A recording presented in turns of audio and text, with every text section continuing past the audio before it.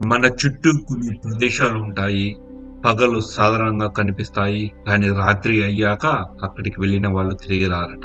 ఈ కథ కడప జిల్లా దగ్గర ఉన్నటువంటి చంద్రముఖి వాగు గురించి. చంద్రముఖి పల్లి అనే చిన్న గ్రామం చివర్లో ఒక వాగు. సూర్యుడు అస్తమించగానే ఆ దారి పూర్తిగా మూసివేస్తారు. గ్రామస్తులు చెప్తారు, రాత్రి అక్కడికి వెళితే ఎవరో పిలుస్తారట. ఇక కథలోకి వెళ్తే, రవి కాలేజీ చదివే యువకుడు, భూతాలు లేవు, ఇవన్నీ ఒక వాసు అని నవ్వేవాడు. ఒక అమావాస్య రాత్రి స్నేహితులతో బైక్ మీద వస్తూ వాగు దగ్గర ఆగాడు రవి. అప్పుడే వెనుక నుంచి ఒక ఆడగొంతు. రవి తిరిగి చూశాడు. ఎవరు లేరు. మళ్ళీ, రవి నా దగ్గరకు రా అంటూ ఒక లేడీ వాయిస్ తో పిలిచింది. వాగు మధ్యలో తెల్ల చీర కట్టుకున్న ఓ స్త్రీ నీటిపై నడుస్తుంది. కళ్ళ నుంచి కన్నీళ్లు కాదు, రక్తం కారుతుంది. నన్ను ఒంటరిగా వదిలేశావు రవి అంటూ అరుస్తుంది.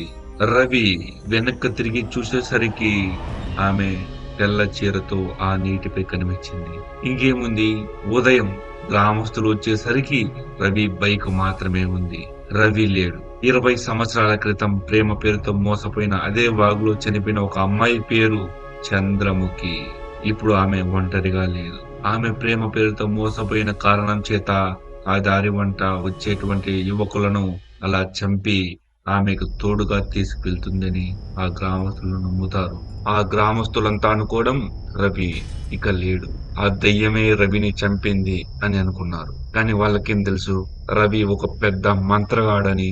ఆ మంత్రగాడు ఎందుకు అలా ఆ అర్ధరాత్రి సమయంలో అక్కడ ఆ దయ్యం చోట ఎందుకు తిరిగాడు అన్న విషయం వాళ్ళకి ఎవరికి తెలియదు. నిజానికి ఆ రవి చాలా పెద్ద మంత్రగాడు. ఆ మంత్రగాడు కావాలని ఆ ప్రదేశానికి వెళ్లి ఆ దయ్యం కంట పడాలనేసి ఎన్ని కలలు కన్నాడో తెలుసా? ఎందుకంటే ఆ గ్రామంలో ఒక పుకారు ఉంది. అది ఏంటంటే, ఆ దెయ్యానికి ఆ గ్రామంలో ఒక నిధి నిక్షేపాలకు కాపలా ఉంటుందని, ఆ దయ్యం తలుచుకుంటే ఆ నిధిని ఎవరికైనా సమర్పించవచ్చనే ఊహాగానాలున్నాయి. అది తెలుసుకున్న ఈ రవి అనే ఒక మంత్రగాడు ఆ గ్రామంలో ఎవరికీ తెలీదు అతడు మంత్రగాడని. ఆ కారణం చేత అతడు ఎవరి కంటా పడినా కూడా సాధారణ మానవుడుగానే ఉంటాడు. అందువల్ల ఇదే అదునుగా చూసిన రవి ఇలా ఆ దయ్యానికి చిక్కినట్టుగా నాటకమాడి దాని నుండి ఆ నిధిని పొందాలని ఈ ప్లాన్ వేశాడు.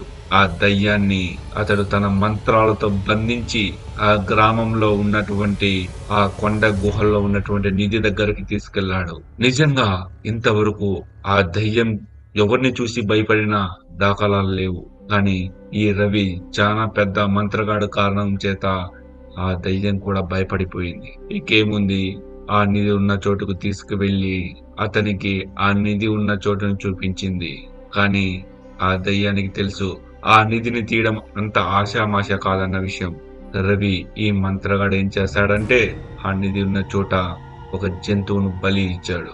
కానీ నిజానికి ఆ నిధి ఉన్న చోటు ఉన్నటువంటి ప్రేతాత్మకు ఆ చిన్న బలి సరిపోలేదు. అందువల్ల ఇంకా పెద్ద బలి కావాలని కోరింది. ఆ ప్రేతాత్మ అప్పుడే ఒక పెద్ద బలి కోరుకుంది. కానీ రవి ముందు జాగ్రత్తగా ఒక పెద్ద బలిని తీసుకువెళ్ళలేదు. అందువల్ల అతను అప్పుడే ఒక పెద్ద బలిని ఇవ్వలేకపోయాడు.